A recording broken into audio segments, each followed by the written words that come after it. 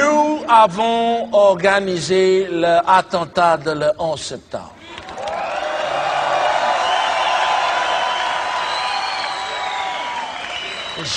Jean-Marie Bigard a raison.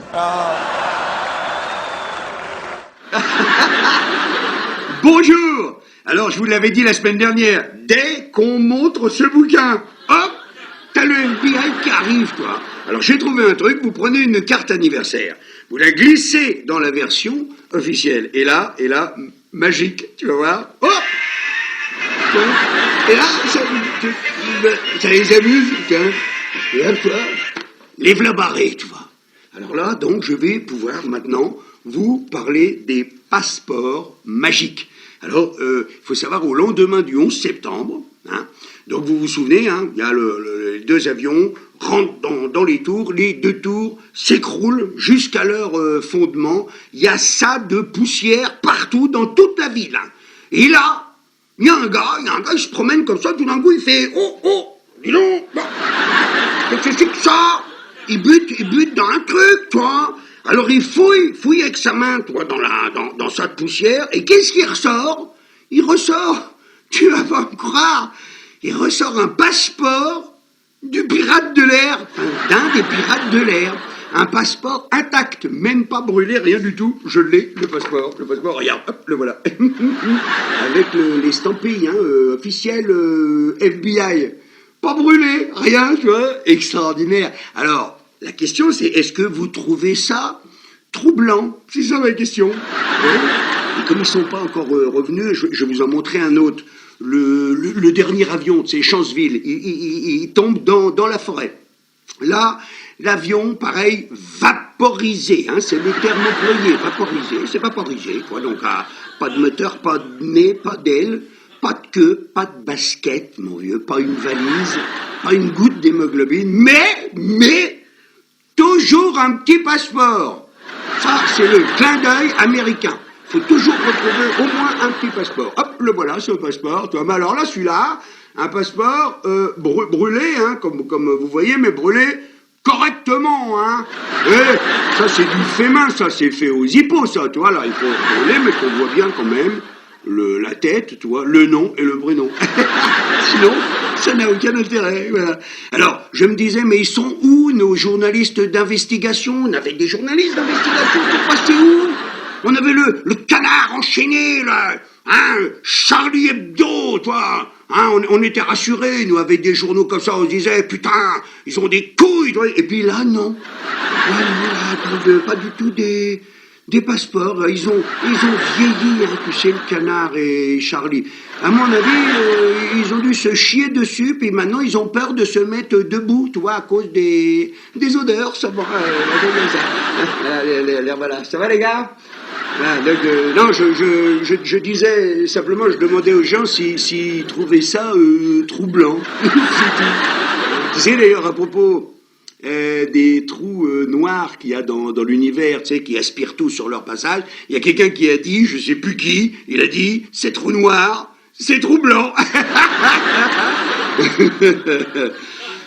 Allez, à la semaine prochaine. Bonjour.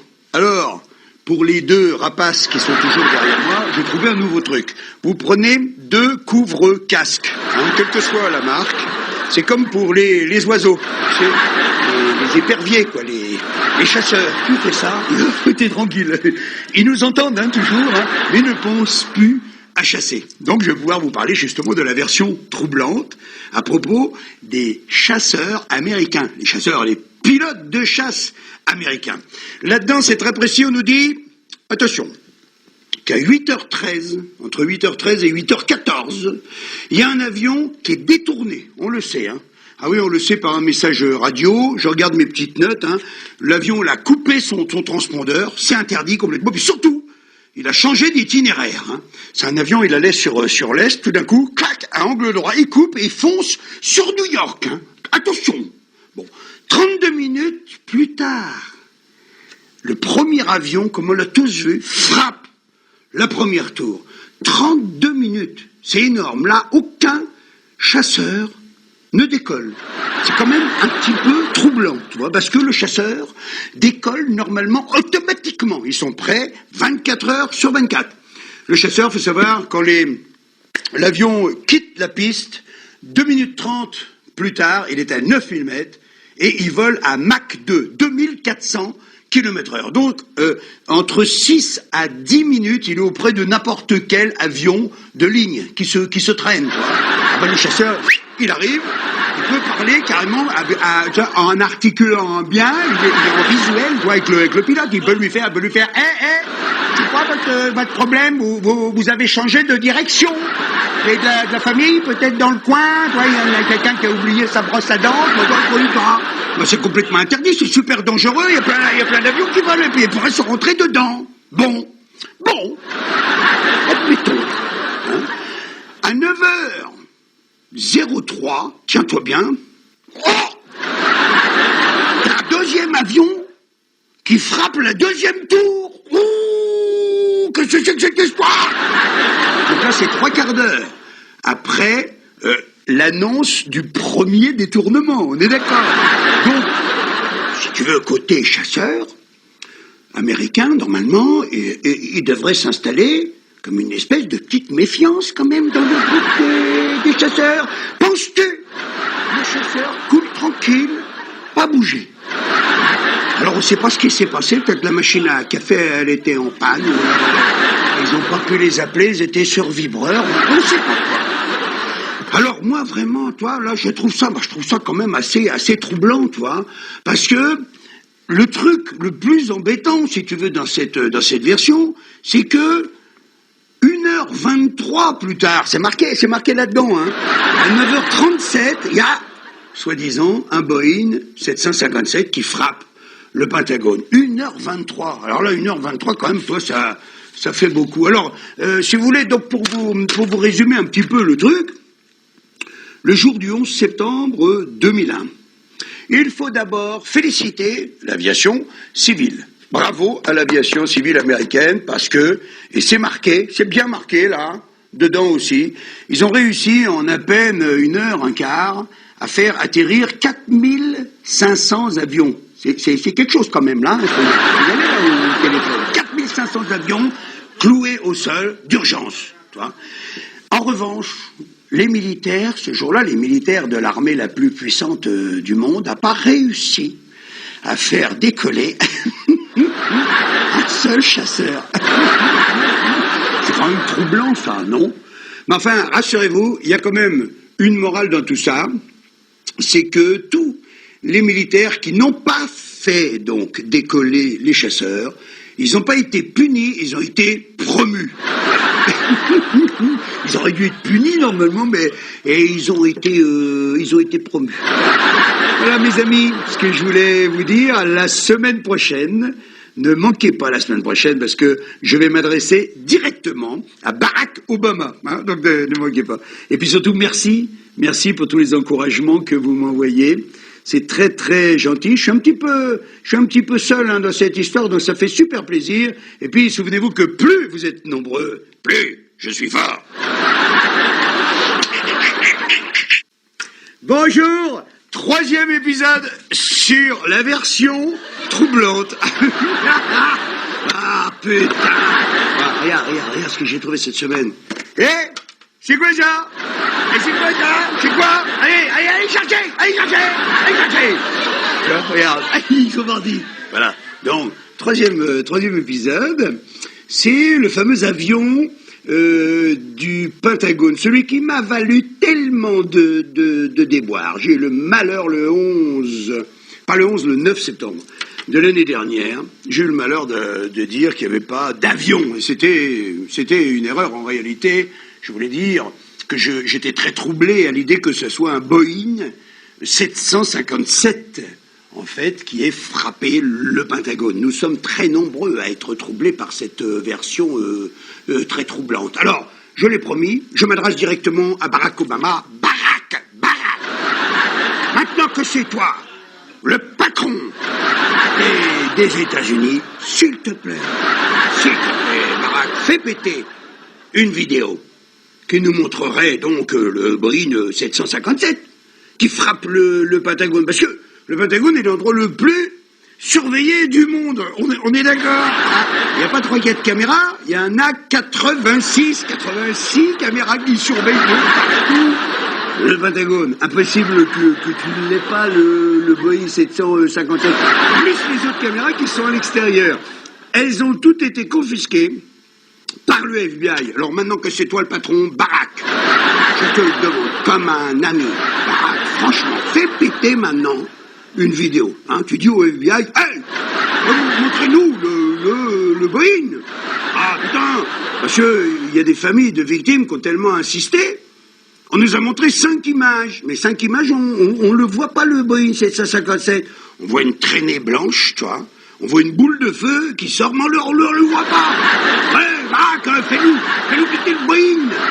Boeing 757, on veut le voir, le Boeing, qui rentre ses quelqu'un et qui disparaît dans un trou de 4,50 m dans le Pentagone. Nous, on veut le voir. Parce que, franchement, c'est étonnant, hein, Boeing qui replie ses ailes. Oui, parce qu'il n'y a pas l'impact des moteurs, tu sais, de chaque côté du trou, avant que le toit s'effondre. Normalement, il y a le trou, puis il y a l'impact des moteurs, comme on le voyait sur les tours. On voyait bien sur les tours, les deux impacts, on voyait les ailes, les abdas. Là, on le voit pas. C'est très troublant. Alors, vas-y, s'il te plaît, fais-nous ça. Barack, vas-y. T'as des couilles, fais-le. Voilà. Oh, merde. Voilà. Regarde. Allez hop, allez, Ça m'a coûté deux Big Mac, mais tant pis. Alors, la semaine prochaine, mesdames et messieurs, 4e épisode, je vous parlerai de monsieur Silverstein. Silverstein, c'est le propriétaire du bail des 3 tours. Parce que je vais vous parler de ce qui ne figure pas dans cette version. Et c'est très, très troublant. C'est que le 11 septembre, il n'y a pas 2 tours qui se sont écroulées, il y en a 3. Il y a les 2 tours du World Trade Center, on les a tous vus, qui s'abattent, qui s'écroulent à la vitesse de la chute libre, on en parlera plus tard. Et puis il y a la tour 7, touchée par aucun avion, qui a des tout petits incendies, qui s'écroule elle aussi à la vitesse de la chute libre. Silverstein, souvenez-vous de ce nom, parce que ce type est aussi très très drôle. À la semaine prochaine, bye bye. Bonjour, épisode numéro 4, Monsieur Silverstein. Vous voyez, regardez les gars derrière, toi, regarde, ils m'ont offert un t-shirt, du coup, je les ai mis à la peinture. Ils cassent plus les couilles, tu vois. Ils sont en train de peindre mes aïeux, tu vois. C'est sympa, hein, t'as vu, c'est vachement joli. Allez-y, les gars. Hein. Donc, Monsieur Silverstein, très intéressant, hein, parce qu'il faut parler de cette version troublante, évidemment, mais il faut aussi parler de ce qui n'a pas été marqué volontairement dans cette version troublante, donc la tour numéro 7. Parce que le jour du 11 septembre, comme je vous le disais l'année dernière, 3 tours s'effondrent sur elles-mêmes à la vitesse de la chute libre. Les 2 tours du World Trade Center et la tour 7. Alors, Monsieur Silverstein, lui, il est extraordinaire. Il signe le bail, donc, et l'assurance, hein, pour les 3 tours en question. Silverstein, souvenez-vous bien de son nom. Tu sais, les silver au casino, tu sais, les silver, c'est les sabres en argent. Tu sais, t'as déjà été au casino, quand t'as les 3 silver, qui tombent là, ça y va les pièces, ding, ding, ding, ding, ding, ding, ding, ding, ding, ding, ding. T'as, bon, lui, le 15 juillet, il signe les 3 tours. Mon vieux, 2 traites plus tard, toi, alors si c'est pas avoir la moule, ça c'est quoi? Le 11 septembre, il a les 3 silver qui tombent, les 3 tours, et il touche 3,5 milliards, tu vois, de dollars. Il en a retouché un petit peu après, mais je sais pas exactement combien, plus le chantier de reconstruction, tu vois, qui lui appartient. Alors, tu vois, ça figure pas dans la version troublante, c'est emmerdant, parce que bon, voilà un immeuble, hein, pas touché par aucun avion, il y a très peu de feu dedans, il y a tous les secrets de la CIA à l'intérieur, tout d'un coup, 7 heures après, il tombe, de peur, hein, toi, l'immeuble 7, quoi, c'est comme ça, il est à peu près comme ça, toi, hein, 47 étages, 165 mètres de haut, il tombe en 6 secondes 5, il tombe blague, comme ça, toi, comme ça. Alors, là, on reconnaît que c'est un petit peu troublant, mais où il est drôle, Silverstein, et là, vous pouvez aller voir sur Internet, on l'interroge et on lui dit, mais comment ça se fait, monsieur Silverstein, que la tour s'est tombée? Et là, il est honnête. Ça fait plaisir de voir un gars honnête au moins dans cette histoire. En voilà, Silverstein, honnêtement, il nous le dit, il nous le dit à la télé. Il dit, écoutez, c'était une journée de merde. En gros, il dit à peu près ça. Il y avait eu plein de morts et tout le bordel. C'est ce que j'ai fait. J'ai dit aux pompiers, c'est moi qui a dit, aux pompiers. Genre, y allez, tirez-le. J'ai dit, tirez-le. C'est authentique, Alors les pompiers, je sais pas ce qu'ils sont faits pour les pompiers. Ils se mettent debout, allez les gars, allez, chef, on va les tirer. Et le chef, il a dit, mais vous êtes con ou quoi? On va pas le tirer comme ça. Alors, on sait pas, on fait comment, chef? On sait pas comment ils ont fait, ils ont dû prendre un gros fusil, puis ils l'ont tiré. Et il s'est écroulé en 6 secondes. Tu vois? C'est quand même troublant, non? C'est pas troublant? Alors, dites-moi si vous trouvez ça troublant ou pas, et puis on se voit pour le 5e épisode la semaine prochaine. Je vais les mettre à la poterie sûrement la semaine prochaine. Bye bye. Bonjour, 5e épisode. Là, je les ai mis au sudoku, tu vois. Là, les gars, faut trouver de 1 à 9. Chaque ligne, chaque colonne, chaque carré. D'accord? Allez-y, il manque que 4 carrés, quand même. Voilà, ça, on est tranquille. Alors, je vais pouvoir vous parler de la version troublante, et je vais vous raconter aujourd'hui George Bush à l'école. Vraiment, trop drôle. Sur une seule page, il y a au moins 5 ou 6 gags. Donc, il y a George Bush, président des États-Unis. Juste avant de rentrer dans l'école, on lui dit « Monsieur le Président, il y a un avion qui a frappé une tour. » Tu vois, on l'a même pas prévenu qu'il était détourné depuis 32 minutes, l'avion. Non, on lui dit juste là, il a frappé une tour. Bon, le président, il dit, ça peut arriver, un avion qui frappe une tour, admettons. Bon, ça se dans l'école. Et donc, 17 minutes plus tard, il y a un de ces gardes du corps, tu vois, qui est là. Et là, c'est marqué page 88. Là, je te dis pas de conneries, je te dis carrément le truc. Il y a un mec qui s'appelle Andrew Card, donc, à 9h05, donc 2 minutes après l'impact du 2e avion. Et il lui chuchote à l'oreille, vous avez tous vu ces images, il vient lui chuchoter à l'oreille, et il lui dit exactement, 2 points, ouvrez les guillemets, un autre avion vient de percuter la seconde tour, point. L'Amérique est attaquée, il dit au président. Et vous vous souvenez, le président, qu'est-ce qu'il fait? Il vient d'entendre donc l'information, il fait, oui. Et après il reprend son livre devant les élèves, En fait, c'est l'histoire d'une petite biquette. Alors, il dit bon, alors, la blague... Oui, je sais, j'ai entendu. Après, c'est pas bientôt fini d'envoyer tes avions, là? Alors, les enfants.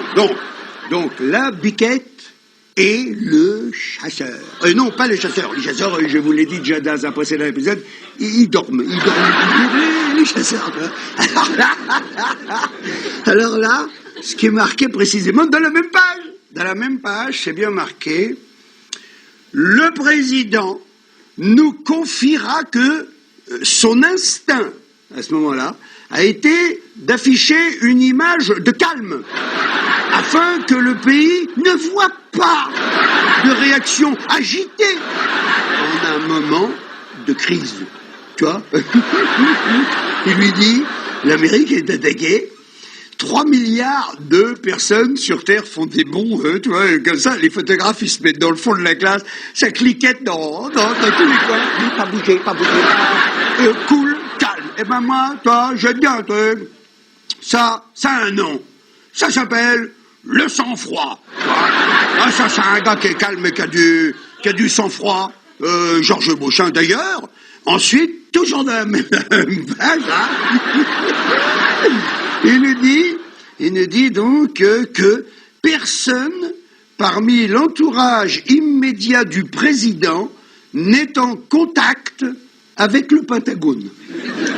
Alors, ils ont dit, il y a quelqu'un qui a contact avec le Pentagone, parce que là, on vient de se prendre deux avions en pleine tête. On dit, bah non, moi, je ne l'ai pas, tu l'as, toi, le truc, bah non. Non, on l'a pas. Bah, faudra quand même qu'on en parle, hein, de ça, hein. Ghislaine, c'est quoi la semaine prochaine? Hein? Toi, parce qu'il faut absolument qu'on parle de cette affaire-là. Voilà, donc, le sang-froid, George Bush, à l'école. C'est drôle ou pas? Alors, vous avez trouvé? Vous avez trouvé? Mais non, putain, mais c'est le 1, là, par exemple, en haut. Là, oui, là, c'est le 1. Il manque ils sont cons, quand même, hein. Bon, allez, à la semaine prochaine pour le 6e épisode. Bye bye. Bonjour, 6e épisode. Et là, j'ai 2 bonnes nouvelles pour vous. D'abord, ensuite, vous pourrez dans la foulée voir le 7e, le 8e, le 9e, le 10e et le 11e épisode. Je vous les balance tous parce qu'on part en vacances avec mes amis du FBI. C'est ça, la deuxième bonne nouvelle, c'est que c'est mes amis maintenant. Ils sont géniaux. Ils sont géniaux, tu sais pourquoi? Parce que le 9 septembre dernier, j'avais dit un petit peu vite, dans l'émission de Laurent Ruquier sur Europe 1, j'avais dit, mais Al-Qaïda, Ben Laden, ils sont pas responsables des attentats du 11 septembre. C'était parler trop vite. Il faut juste dire, je trouve que cette version est très troublante. Vous aviez compris ça. Et là, c'est ça que je suis ami maintenant avec le FBI. C'est le FBI qui me donne raison, puisque si vous allez sur le site du FBI, vous regardez, Ben Laden, il est accusé de tout, hein, c'est l'ennemi public numéro 1, toutes catégories confondues, mais il n'est pas accusé des attentats du 11 septembre. Alors, nous on dit, quand on leur demande, on leur dit, mais pourquoi il n'est pas responsable? Le FBI nous répond, parce que on n'a pas de preuves. Extraordinaire quand même, hein. D'autant plus que, un petit détail rigolo, c'est que dans les jours qui ont suivi le 11 septembre, il n'y a plus un avion dans le ciel américain, plus qu'un seul, en tout cas, c'est l'avion qui ramène la famille Ben Laden à la maison. C'est drôle ou pas? Donc, c'est à cause de ça que les Américains vont en Afghanistan, c'est pour chercher Ben Laden, qui, d'après le FBI, il n'est pas responsable. En tout cas, ils n'ont pas de preuves. Mais ils vont le chercher 2 ans. Soi-disant, il est réfugié dans une grotte afghane, tu sais, façon James Bond, avec des ascenseurs et tout. On la voit, des fois, il la dessine, même la grotte, hein, qui a jamais existé. Et au bout de 2 ans, ils sont prêts à le choper, hein. Manque de bol. Tu me crois pas. Il s'échappe avec le Mollah Omar en mobilette. Parce que les Américains ne soupçonnent pas que la mobilette afghane est très, très, très puissante, très méchante. C'est qu'une mobilette afghane, ça mange 3 F-16 au petit déjeuner le matin. Ça roule à Mach 3. Mobilette afghane. Ils ne pouvaient pas prévoir, donc hop, le v'là barré. On aurait pu en rester là, mais non, Bush, il dit, allez, hop, allez, maintenant, on va en Irak. Parce que, toi, c'est là que Al-Qaïda doit se cacher, tu vois, en Irak, et les armes de destruction massive. Alors, ils y vont, ils y vont pas du tout, d'ailleurs, qu'est-ce que je dis? Ils y vont pas. On leur dit, non, attendez, on va d'abord aller contrôler. Et là, ils envoient une équipe pour contrôler, ils reviennent, ils disent, il n'y en a pas d'armes de destruction massive. Bush, il dit, si, on y va quand même. Et là, même Chirac, notre président de la France, hein, il a été super, hein. Il a dit, non, attendez, avant d'y aller, on va au moins recontrôler encore. On envoie une 2e équipe de spécialistes, ils reviennent, ils disent, là, ça y est, on a regardé partout, c'est sûr, il n'y en a pas. Et Bush, il dit, vous êtes sûr? Ils ont dit, sûr. Et Bush, à ce moment-là, il a dit, bon, si c'est ça, on y va quand même. Il est génial celui-là, c'est George Bush. Alors, voilà, qu'est-ce que je vais dire? Je vous ai même passé l'épisode de la petite éprouvette de Colin Powell avec le sucre en poudre, je vous ai pas dit tout ça. Et puis, je vous dis tout simplement, mesdames et messieurs, eh bien, à l'épisode suivant. Bye bye. Bonjour, 7e épisode. Alors, je les ai mis à la méditation. Hein. Ils adorent ça. Donc, je vais pouvoir vous parler donc de la version troublante à propos de l'effondrement des 2 tours. On nous dit que les 2 tours se sont effondrés avec la théorie de la pile d'assiettes. Les étages qui tombent, là, sur l'eau. Seulement, c'est vachement troublant, parce que toi, si tu mets des milliers d'assiettes comme ça, tu fais tomber, elles tombent toutes les unes sur les autres, toi, il va y avoir un ralentissement, toi, tu comprends ça? Ça va me faire un temps à la fin, ça va faire, toi, une espèce de petite pyramide, toi, et un ralentissement. Là, non. Si tu veux, là, les tours, ce qui est très troublant, c'est qu'elles tombent selon la loi de Galilée. Hein. Galilée, hein, c'était pas une merde, hein, quand même.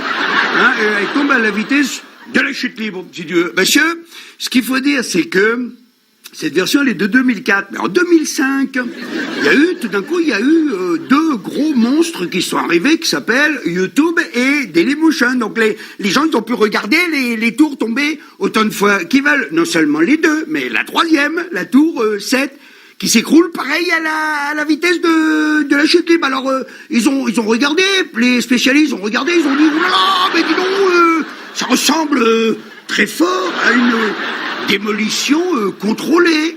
C'est le seul cas où, si tu veux, l'édifice tombe à la vitesse de la chute libre. Alors là, c'est pas moi qui le dis, hein, moi je dis pas ça, va des rétro-satanas. Non, moi je le dis pas, moi je dis seulement que la version de l'empilement d'assiettes, elle est troublante. Voilà ce que j'ai dit. Parce que, si tu veux, pour expliquer bien ce que c'est une démolition contrôlée, parce que des fois on comprend pas, c'est comme s'il y avait pas d'étage en dessous. Bon, tu prends le dernier étage des 3 tours, hein, tu prends le dernier étage, tu retires tous les étages qui sont en dessous, toi. Tu le laisses tomber un moment. Eh ben, pour faire 400 mètres, il va mettre entre 9 à 10 secondes. C'est ce qui s'est passé pour les 2 grandes tours. Et puis pour la tour 7, 6 secondes et demie. Voilà, toi. Alors, toi, bah, ça, je trouve ça un petit peu troublant. Et puis aussi deux autres trucs intéressants à dire. D'abord, aucune tour n'est tombée à cause d'un incendie. Il y a eu plein d'incendies dans plein de tours, hein, qui ont duré 10 heures, 15 heures, 19 heures comme à Madrid. Tu vois la tour qui brûle comme une torche, toi, jusqu'en haut. Jamais, ça assez, jamais écroulé. Et l'autre truc troublant, ça vous l'avez vu aussi, hein, sur Internet, c'est la poutre qui est fichée dans l'immeuble de la Deutsche Bank. Hein. Ah, c'est une poutre qui fait plusieurs tonnes, elle fait plus de 10 tonnes. Je sais pas exactement combien, on s'en fout, mais elle fait plus de 10 tonnes. Fichée dans l'immeuble, dis donc, le pâté de maison à côté. Ça, c'est quand même un petit peu troublant. Alors, on ne sait pas ce qui s'est passé. Les poutres, elles ont sûrement, j'imagine, elles en ont parlé entre elles. Hein. Elles ont dit, oh là, mais poutrelle, qu'est-ce que tu fais? Où tu vas? Reste avec nous. Écoute, il paraît que les dernières paroles de la poutre, elle a dit aux autres, elle a dit, écoutez, je reviens, je vais à la banque. Et elle n'est jamais revenue. Elle est restée plantée dans la banque. Il n'y a pas qu'elle, remarque. Hein, on est beaucoup à être plantés dans notre banque. Hein, non? Ça vous fait pas? Enfin, c'est quand même troublant. Bonjour, 8e épisode. Là, t'as vu, je les ai mis à la lecture. Ils étaient en larmes tout à l'heure. C'est pour ça que je leur ai mis un nez rouge. Ça va mieux, hein. Regarde, là, d'accord, on est tranquille. Donc, je vais pouvoir vous parler donc de la version troublante à propos des pirates de l'air. Alors, là, il y a un truc étonnant, c'est que des fois, même les Américains, hein, des fois, ils mettent des années à trouver qui c'est qui a fait le coup. Mais là, putain, là, 3 jours après, il y a Robert Mueller, c'est le directeur du FBI. Attention, hein, c'est pas n'importe quoi, il arrive avec les cuissons, tu sais, derrière ça rigole pas. Mon vieux, 3 jours après, il vient et il dit au monde entier, il dit ça y est, on les a, hein, j'ai quasiment toute la liste, on a parlé un petit peu avec les familles des victimes, ça y est, on les a. Ils sont 19, tu sais, et ils avaient tout, hein, les noms, les prénoms, les 19. Ça, c'est super troublant, j'ai trouvé comme ça, aussi vite, tu vois, les 19 pirates de l'air. Alors, ce qui est encore plus troublant, c'est qu'à l'époque, quelques semaines après, il y en a, ils disent, attends, mais moi, je suis pas un pirate de l'air, je suis vivant. Il y en a, ils travaillent, je sais plus où, là, au Maroc, l'autre, c'est emmerdant parce que, en 2004, 3 ans, si tu veux, plus tard, il y a toujours les 19 pirates. Ils ont pas bougé, hein, ouais, ils ont été là le premier jour, ils sont là jusqu'au dernier jour. Un autre truc super troublant, c'est pour ceux qui les ont fréquentés et qui ont témoigné en montrant leur visage, hein, et en donnant leur nom, leur prénom, tous, hein, ils disent que c'était des pilotes vraiment de piètres pilotes, quoi, très très incompétents, incapables de faire décoller un tout petit avion, tu vois. Des fois, ils l'abandonnent au bout de la piste et puis ils rentrent à pied, tu vois. Pas des grands pilotes. Et puis alors, pour ceux qui ont fréquenté jusqu'à la veille, hein, ceux qui ont fréquenté Mohamed Atta, par exemple, et son copain, là, je sais plus comment il s'appelle, alors là, ils sont carrément décrits comme des alcooliques, cocaïnomanes et grands consommateurs de call girl, si tu veux, ce qui correspond tout à fait au type même du musulman fanatique, tu vois.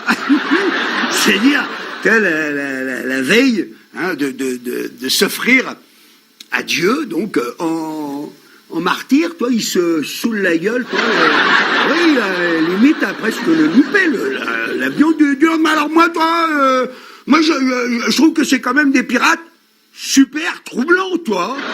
Ah, je m'y connais pas beaucoup en pirate de l'air, mais enfin, c'est du pirate troublant ou pas, ça, hein? Donc, voilà, parce que moi, je sais, par exemple, la veille de mon Stade de France, c'était une journée super importante, toi, hein? Bah, je te jure, j'ai pas fait la riboule dingue, hein, la veille, hein. J'ai fait jogging le matin, toi, et c'était juste pour faire rigoler 52 000 personnes, toi, hein, j'allais pas rendre mon âme à Dieu, mais j'ai quand même fait attention, là, ça, c'est du pirate troublant, ça, à mon avis, hein. Bonjour, épisode numéro 9. Alors là, je voulais vous parler des... Ouais, allez prendre votre douche, les gars, allez-y. Vous l'avez bien derrière les oreilles, hein. Ils sont chez eux maintenant, ils sont super sympas. Donc, alors, épisode 9, je voulais vous parler des avions vaporisés. Hein, vaporisés, hein, ça, tu vois, très, très, très troublant quand même, parce que celui du Pentagone, je vous l'ai déjà raconté. Il rentre dans un trou, hein, de 4,50 m. Alors attention, il y a des petits malins qui disent, si, il y a un moteur, c'est vrai, on voit un moteur de 70 cm de diamètre, c'est pas du tout un moteur de 755, et un morceau de tôle, hein, sur la pelouse intacte, du reste, hein, qu'on n'identifie pas non plus comme appartenant à un Boeing 757. Hein. Le reste, vaporisé. Alors, le deuxième qui est vaporisé dans l'histoire de l'aviation, c'est le vol 93, hein, c'est celui de Chanceville. Alors là, tu vois, j'ai la photo, hein, pareil, hein, tu racontes pas de conneries. Oh, la photo, elle est là, avec l'écusson, hein, du FBI. Hein. Là, vous voyez, le trou ici, vous pouvez chercher l'avion, il y a des petits bouts, hein, dans un trou qui fait entre 6 mètres de long, à peu près, puis 3 mètres de large, toi. Rien du tout, pas un seul... pareil, pas de basket, hein, pas de siège, pas d'aile, pas de queue, rien du tout. Tu vois. Alors là, je vous montre par exemple en 2003, hein, pour vous donner un exemple, en 2003, ça, c'est la navette spatiale qui rentre dans l'atmosphère. Hein. Alors là, vous voyez, ils ont reconstitué la navette, vous voyez, des tonnes de débris. Tu vois, là, voilà, par exemple, le train d'atterrissage, tout ça. Hein. La navette, elle a explosé, celle-là, à 67 km de la Terre. Hein. Des débris sur des centaines. Mais là, on retrouve plein de débris, toi, puis là, on retrouve pas de débris, quoi. Par contre, il y a les appels téléphoniques, hein. Alors là, ça y va, ça marche bien. Même les appels qui viennent de portables, hein. Tu vois, il y en a la moitié qui viennent de portables. Normalement, c'est pas possible, on peut pas téléphoner, tu vois. Au-dessus de 2000 mètres, ça passe pas, là. Il y a des conversations de 4 minutes. Tu vois, ou par exemple, le mec, il appelle sa mère, tu vois, et puis il dit, allô, maman, et là, il donne son nom et son prénom. Imagine, par exemple, j'appelle ma mère qui est au ciel, vraiment, pour le coup. Et je dis, allô, bonjour, maman, c'est Jean-Marie Bigard qui te parle. Tu me crois, maman? Parce que le mec dit, tu me crois, maman? Extraordinaire, hein. Voilà. Alors, donc là, j'ai paumé mon micro, je peux pouvoir vous dire tout simplement, eh bien, l'épisode suivant. Bonjour, épisode numéro 10. Guantanamo, mes vacances à Guantanamo. En rythme, les gars, allez vous entraîner là-bas, vous revenez à la fin. D'accord, hein? Donc, alors, épisode 10, là, on vraque, hein. Ah ouais, ça se barre en couille de partout. Tout ce qui figure pas dans la version troublante. C'est par exemple les options de vente. Tu sais que 3 jours avant le 11 septembre, il y a eu des options de vente, on n'en parle pas. Ça sent très très fort le délit d'initié. Les options de vente, c'est de parier sur une baisse de l'action. Et en l'occurrence, hein, American Airlines et United Airlines, il y a eu énormément, les options de vente se sont multipliées par 10, 3 jours avant. C'est extrêmement troublant, hein. Renseignez-vous bien là-dessus. Qu'est-ce que je veux vous dire? Ah oui, hein, dans le journal, il y a Dick Cheney, qui s'est l'ancien vice-président, donc, hein, sous Bush. Il s'est fait engueuler par le Congrès, ça t'as vu ça dans le journal? Il s'est fait engueuler parce que le Congrès a dit mais dis donc, il paraît que vous avez demandé à la CIA de rien dire à propos des tortures. C'est pas bien ça, nous, on voulait pas nous les tortures.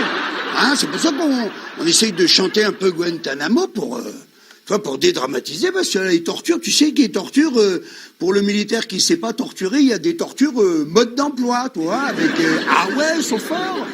Pour ça, t'as les médecins qui disent ici, il faut torturer, mais correctement, tu vois, c'est-à-dire toutes les 3 heures, il faut changer de torture. Tu vois, 3 heures, hop, tu fais comme si tu le noyais, le prisonnier, après l'électricité, après, tu vois, et des coups, faut changer toutes les 3 heures sans s'arrêter. Au bout de 4 jours, tu avoues n'importe quoi, hein.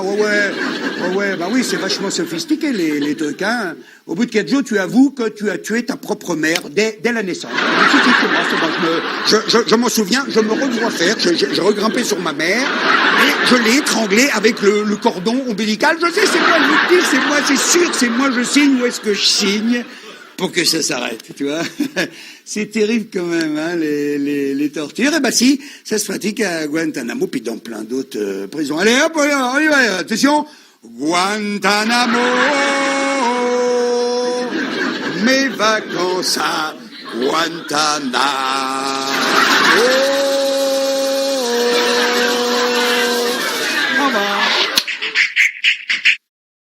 Bonjour. Et voilà, c'est la fin.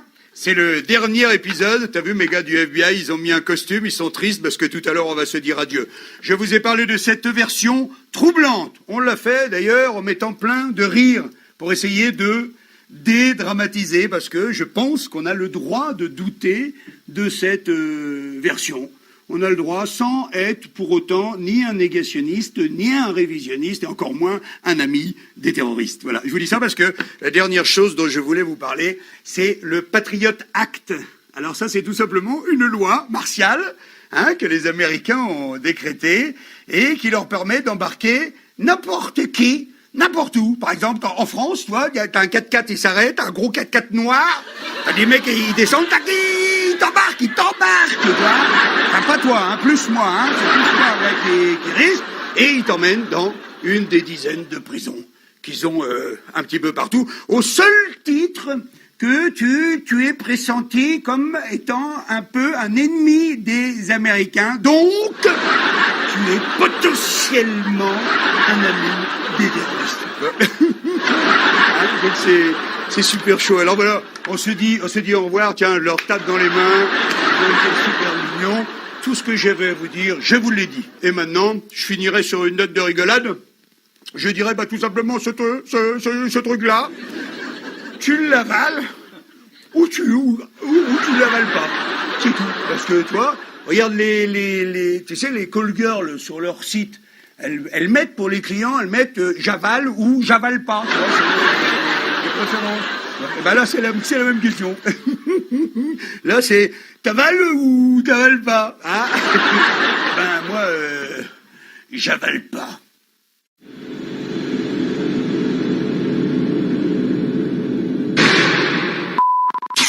Tiens, moi j'ai un exemple, Jean-Marie Bigard, on a commencé ensemble. Hein. Un mec, il avait tout pour réussir, il remplissait le Stade de France. Il roulait en Ferrari, il était heureux le gars. Hein. Il s'est mis à contester les attentats du 11 septembre. Ah ben ils l'ont ruiné, en 3 mois, terminé. Hein. Je l'ai vu chez Arthur il y a 15 jours, il conteste plus rien. Hein. C'est fini.